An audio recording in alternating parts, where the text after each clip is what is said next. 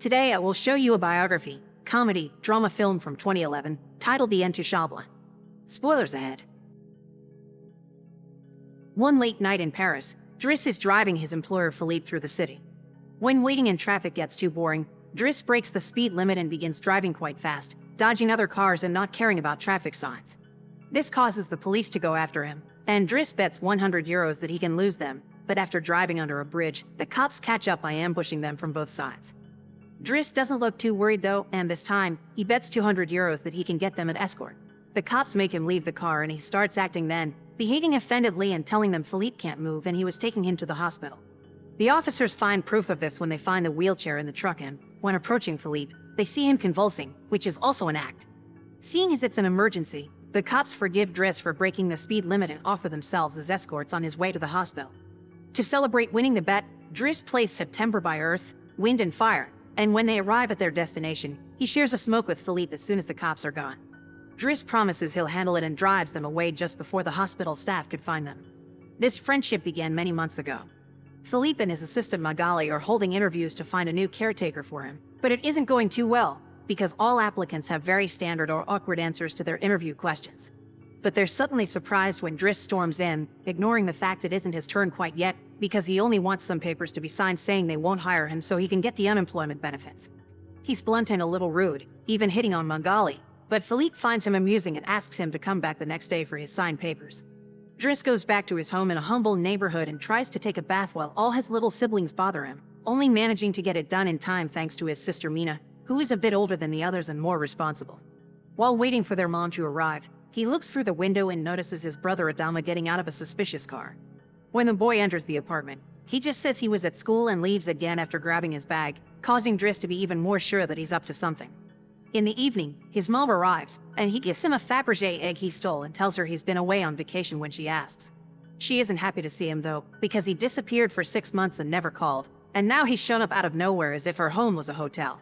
As she's absolutely done with all his lies and she has other children she has to take care of, she kicks him out and tells him not to come back. Driss spends the night having a smoke and some snacks with some neighborhood friends. The next day, Driss goes back to Philippe's house for his papers, and he's received by the housekeeper Yvonne, who shows him around the place and tells him about Philippe's daily routine. She also shows him the room he would get for himself with his very own bathroom. Driss can't help staring at the bathtub before he's dragged to see Philippe, who offers the signed sheet of paper but also a job opportunity. Driss accepts the 1-month trial, and Philippe tells him he bets he won't last 2 weeks. After bringing his things to his room, Driss is taught how to take care of Philippe. He must learn how to keep his legs stimulated, how to put him in the wheelchair, how to help him shower and change his clothes. Things get awkward when Driss discovers he must put on him some high stockings and even clean his butt after Philippe uses the bathroom. But no matter how much he complains and says he won't do those chores, he ends up accepting them as part of his job. Later in the evening, while he's enjoying a snack on the roof, he's interrupted by Philippe's daughter Elisa and her boyfriend Bastien, who are looking for a private place to make out, and he kicks them both out after refusing to share his beer. Driss quickly gets used to the daily routine with Philippe, even if at first he does make some mistakes he learns from, like handing the phone to Philippe instead of putting it on his ear or forgetting the baby monitor while having a bath. He also learns to organize his mail in different folders, most of the letters he opens for Philippe, but there's a series of private ones he isn't allowed to look at. When he finds a flyer promoting female escorts, he decides to start a file just for those instead of throwing them in the trash as Philippe says. It's not all work in this new life though. Driss still makes sure to have a good time. He keeps trying to hit on Magali to no avail, and sometimes calls escorts to join him in bed. One morning, after Yvonne comes to his room to scold him for being late, she finds some dangerous weapons in his bag, but she doesn't comment on them yet. Driss' work today is to drive Philippe around, but he refuses to put him in the back of a van as if he was cargo, so instead, he takes him on one of the fancy cars that don't see much use. Philippe, who first thinks this isn't suitable and says they should be pragmatic, is soon getting excited at the idea of a faster, less boring ride, although Yvonne still disapproves. When they try to leave the building, there's a neighbor parked at their entrance, ignoring the sign on the door that says it's forbidden. Driss wastes no time and goes after the guy, grabbing him by the front of his shirt and threatening him until he moves the car. Philippe is impressed by his actions, but Yvonne, once again, disapproves. The pair goes to a museum, where Philippe is planning to buy a piece of artwork that Driss considers not worth the money because it's just a red blotch on the canvas.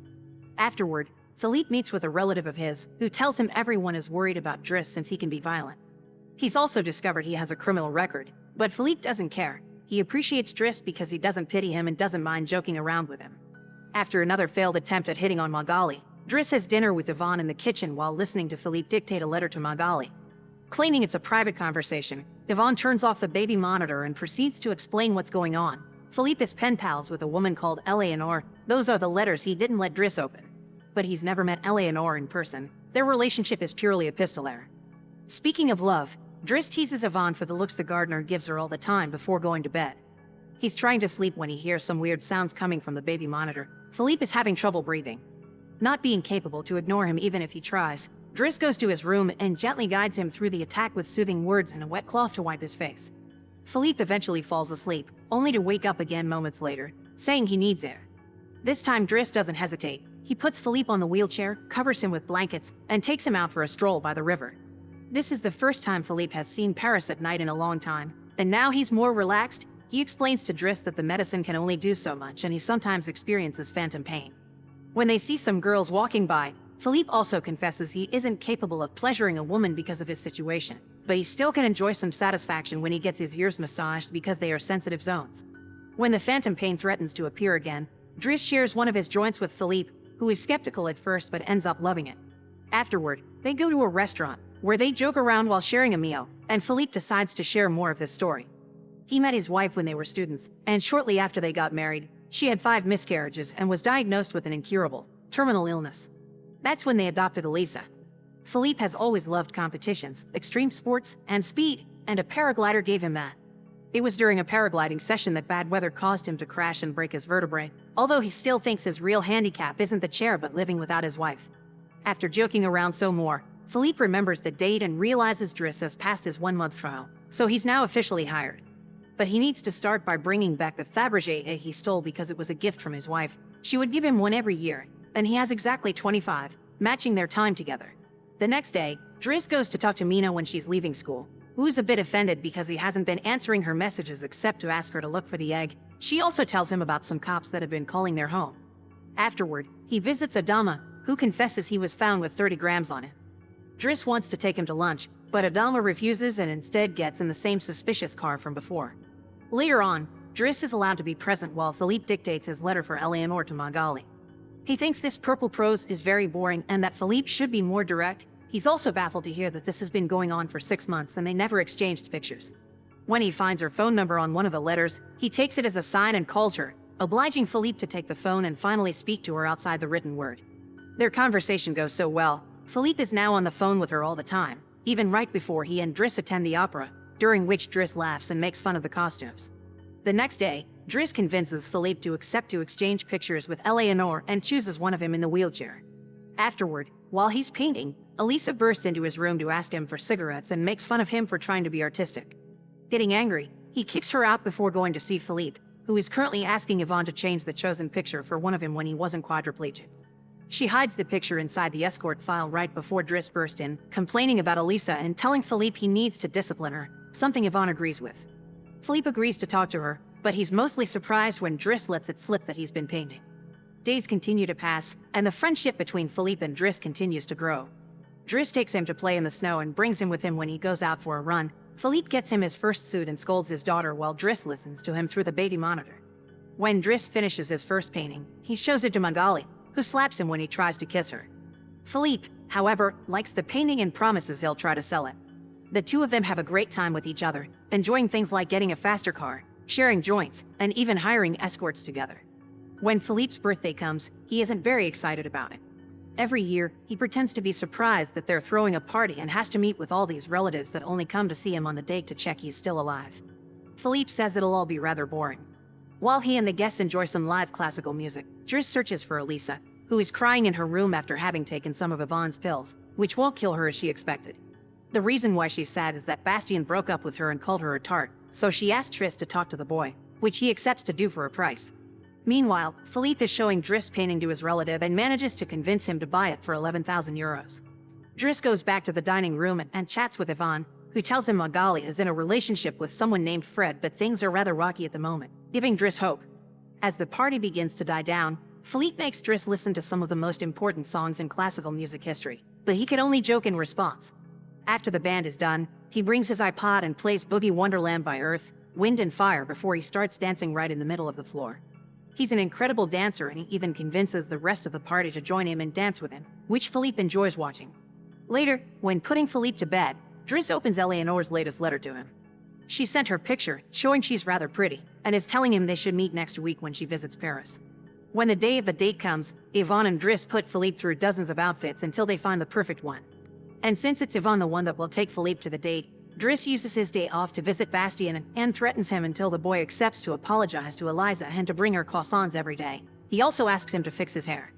Afterward, he visits his mother at work, but only to watch her from afar. At the restaurant, Yvonne and Philippe are waiting for Eleanor, who is very late. After waiting for an hour, Philippe gives up, calls Driss to ask him to take him away, and then leaves the restaurant without noticing Eleanor is arriving at the same time.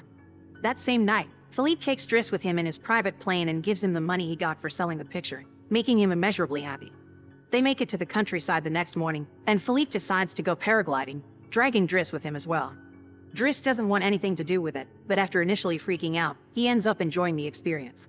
When they return home, Adama is there waiting for Driss and gets scolded when he sees the scars on his face. Adama will still not tell Driss what's happening in his life though, so Driss makes him wait in his room while he calls Nina to tell her not to worry and goes to put Philippe to bed. Philippe, however, isn't sleepy yet.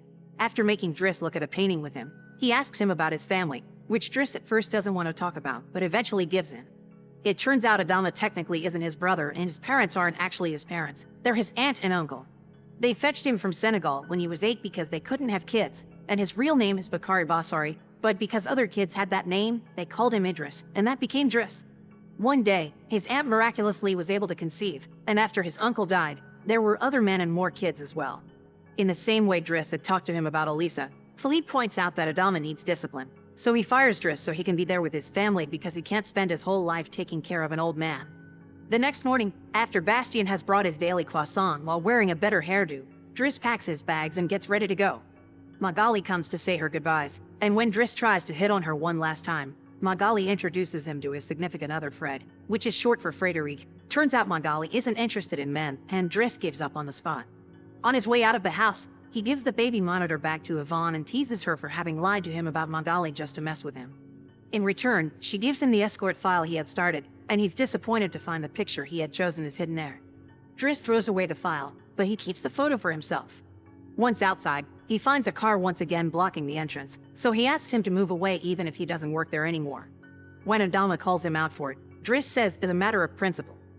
A few hours later, the two brothers go pick up their mother at the station while back at the house. Philippe is having his first dinner together with his new caretaker, who is stuffy and boring, and Philippe decides to leave him without even having a bite. Since Yvonne is out on a date with the gardener, nobody is there to scold him for it. As days pass, Driss goes back to his old life. He hangs out with his old friends again and tells the guys from the suspicious car not to bother Adama anymore. When he goes to an interview he doesn't have enough experience for, he manages to win over the employer by calling himself pragmatic and using all the art knowledge he acquired while working for Philippe. This lands him a job as a driver.